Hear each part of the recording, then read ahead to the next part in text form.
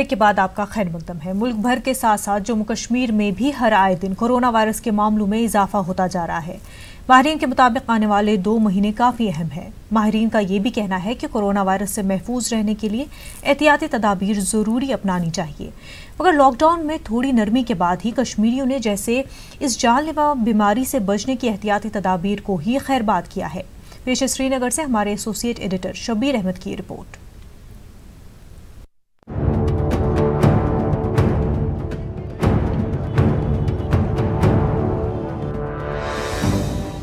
श्रीनगर में corona virus के बढ़ते मामलों के बाद इंतजामिया ने श्रीनगर को रेड जोन करार दिया है। रेड जोन का मतलब कोरोना वायरस से बचने के लिए इंसान को हर कदम मुहतात होकर उठाना होगा। लेकिन लाल चौक से लेकर हरी सिंह हाई स्ट्रीट तक कहीं भी नजर दौड़ाएं तो कुछ ही लोग मास्क पहनकर नजर आएंगे और यही हाल तकरीबन पूरी वादी का है। यहाँ एक और मुश्किल भी दरपेश है। वादी कश्मीर में आप कहीं भी जाएंगे आप देखेंगे लोगों के पास तो मास्क हैं मगर पहनने के लिए नहीं, बल्कि इंतजामिया से बचने के लिए।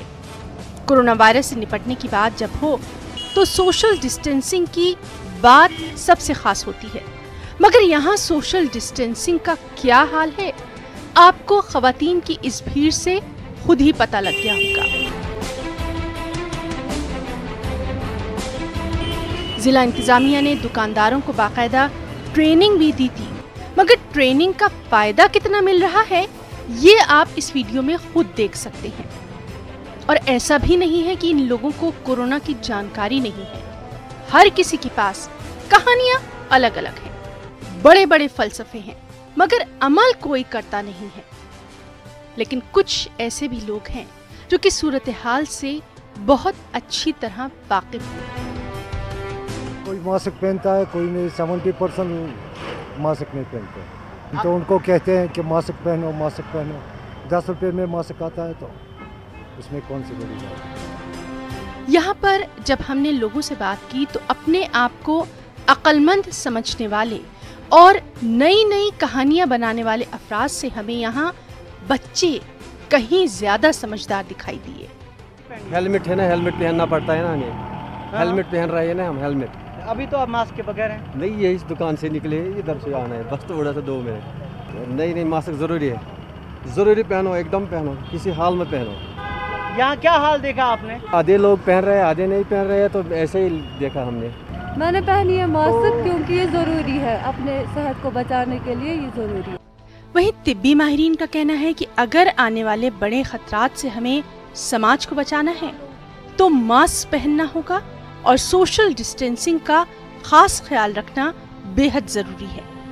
माहिरीन का ये भी कहना है कि लोगों को खुद ही अंदाजा लगा लेना चाहिए कि कोरोना वायरस कितना खतरनाक है, क्योंकि इस वायरस ने दुनिया भर में कहर बर्पा किया है।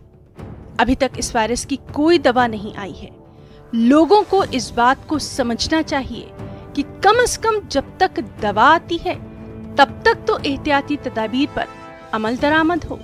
आम लोगों के लिए एक ट्रिपल लेयर मास्क या cloth face cover is enough to make you safe. लेकिन अब हमने देखा लोग मास्क ऐसे भी रखते हैं, कोई मास्क नाक से रखते हैं। This doesn't work because these secretions are going to कम।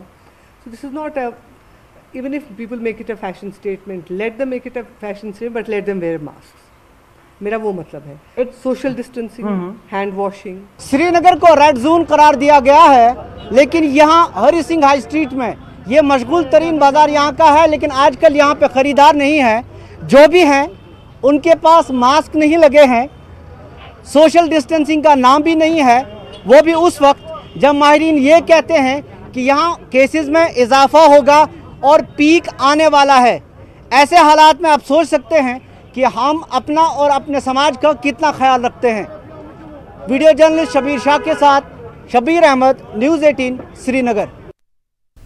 जम्मू कश्मीर के लेफ्टिनेंट गवर्नर ने आज सांबा में कायम मंदिर पुरमंडल और उत्तर बनी का दौरा किया। दोनों मंदिरों में सूरत हाल और सहूलत का एलजी ने जायजा लिया। इलाके में तरक्याती कामों के हवाले से भी एलजी ने तफसीलात फराहम की। जम्मू कश्मीर में अमन भाईचारे के लिए LG ने खुसूसी दुआ की। इस दौरान जिला तरक्याती कमिश्नर सांबा भी LG के हमरा थे। उन्होंने उत्तरबनी और पुरमंडल में जारी तरक्याती कामों के हवाले से LG को जानकारी फराहम की।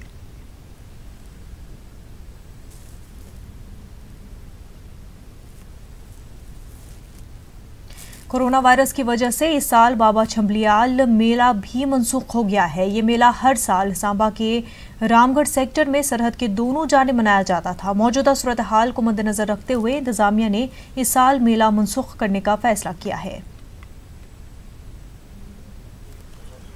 पाकिस्तान के साथ हमारा 2018 से लेकर बिल्कुल लिंक कोई नहीं है उनके साथ, और ना हमने जल चक्कर दिया, ना हम उनकी चद्दर लेने चाहते हैं। और इस दफ़ा भी मेला जो कोरोना की वजह से जो मेला है वो गवर्नमेंट की गाइडलाइन, जो DC साहब हमारे सांबा डिस्ट्रिक्ट के हैं, उनकी जो हिदायत है कि इस दफ़ा मेला नहीं होगा। लेकिन हमारे गांव की जो परंपरा है, हम चद्दर चढ़ाएंगे गांव की तरफ से, गांव दक्षिणी की तरफ से चद्दर चढ़ाएंगे, और जो BSF की चद्दर है वो भी चढ़ेगी।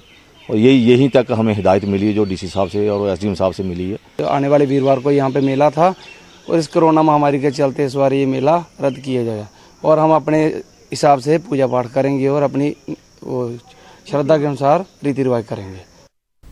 वेनपामपुर में कल शाम एक दिलदोज हादसा पेश आया। नजदीकी पत्थर की कान में काम कर रहे एक बिल्डोजर के ड्राइवर और कंडक्टर एक पत्थर की जद में आकर मौके पर ही हलाक हो गए। लोगों के मुताबिक अगरचे इंतजामिया ने इन पत्थर की कानों पर कई माह से पाबंदी आयद की है, लेकिन इसके बावजूद वेन मेडपाल और बहु औंतीपुरा में ये काम अभी भी जारी है। इस वाक़े पर BJP माइनॉरिटी मोर्चे के नायब सदर लतीफ़ अहमद भट्ट ने दुख का इजहार करते हुए कहा कि मजदूरों के अहले खाना को माली इमदाद की जानी चाहिए। इस हवाले से एक केस भी दर्ज हुआ है। अनफॉर्चुनेटली हमारे 2 मजदूर हैं, उनकी डेथ हो गई है वायरिंग के दौरान पत्थर गिरने से। तो बहुत ही अनफॉर्चुनेट इंसिडेंट है। एक दिन पहले हमने यहाँ पे DMO पुलवामा, पुलिस और CRPF के साथ वहाँ पे विजिट भी किया था, एक सरप्राइज इंस्पेक्शन भी किया था, और वहाँ पे जो इलीगल 2-4 गाड़ियाँ भी हमने सीज की थी स्पॉट पे ही। तो बड़ा अनफॉर्चुनेट इंसिडेंट है। हमने ऑलरेडी FIR इसमें लॉन्च किया हुआ है। तो अगर कोई वहाँ पे इलीगली ऑपरेट कर रहा है तो उसके अलावा ज़रूर कार्रवाई होगी। इसके अलावा भी इनका भी हम देखेंगे, we will take up matter with competent authorities कि अगर उनको कुछ कंपनसेट वगैरह करना हो। कुलगाम के नहामा में सड़क हादसा पेश आया जिसमें एक जवान की मौत वाक़ई हो गई, जबकि एक शख्स शदीद तौर पर जख्मी हुआ है। ऑल्टो कार और एक स्कूटर के दरमियान टक्कर होने के सबब यह हादसा पेश आया। जख्मी स्कूटर सवार नौजवान को श्रीनगर अस्पताल मुंतकिल किया गया, ताहम जख्मों की ताब न लाकर दम तोड़ दिया। महलूक नौजवान की शनाख्त सुहेल सिकंदर साकना खुड़हांजीपुरा दमहाल के तौर पर हुई है। पुलिस ने इस मामले में FIR दर्ज करके तहकीकात शुरू कर दी है।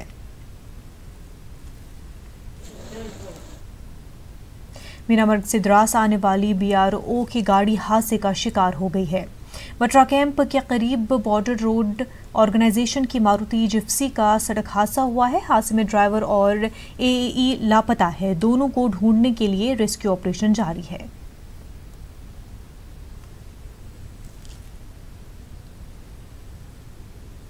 दो दिन कबल अनंतनाग के खुलरानीपुरा इलाके में राहिल अहमद शेख नामी नौजवान की जेर तामीर चैनल में गिरने से मौत वाक़ई हुई है।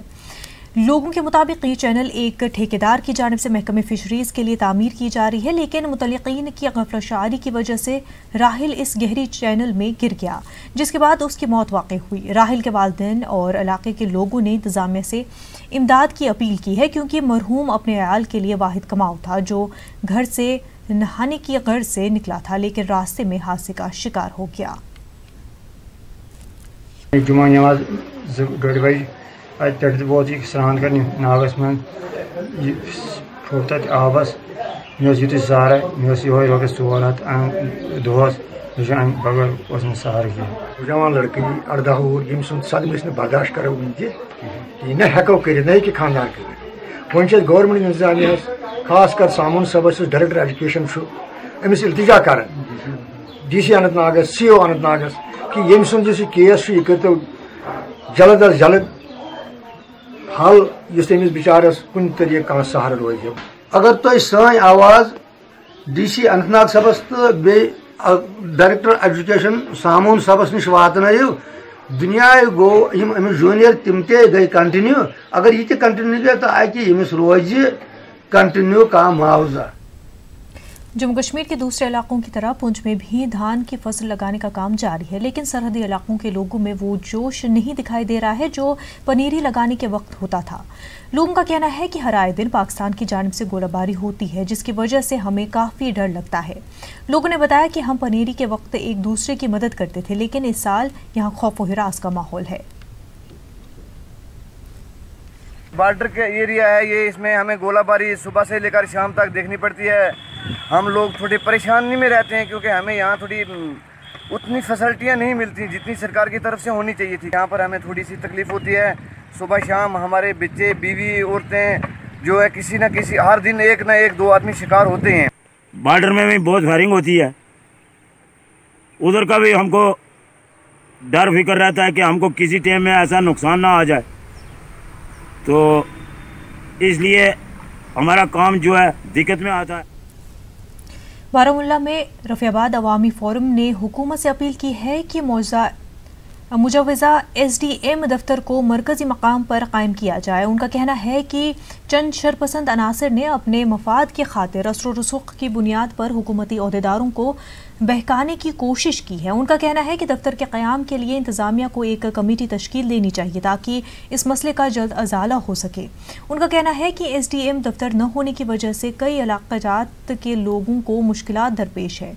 उन्होंने हुकूमत और इंतज़ामिया से अपील की है कि हक़ाइक़ की जाँच कर जल्द अज जल्द दफ्तर का क़याम अमल में लाया जाए।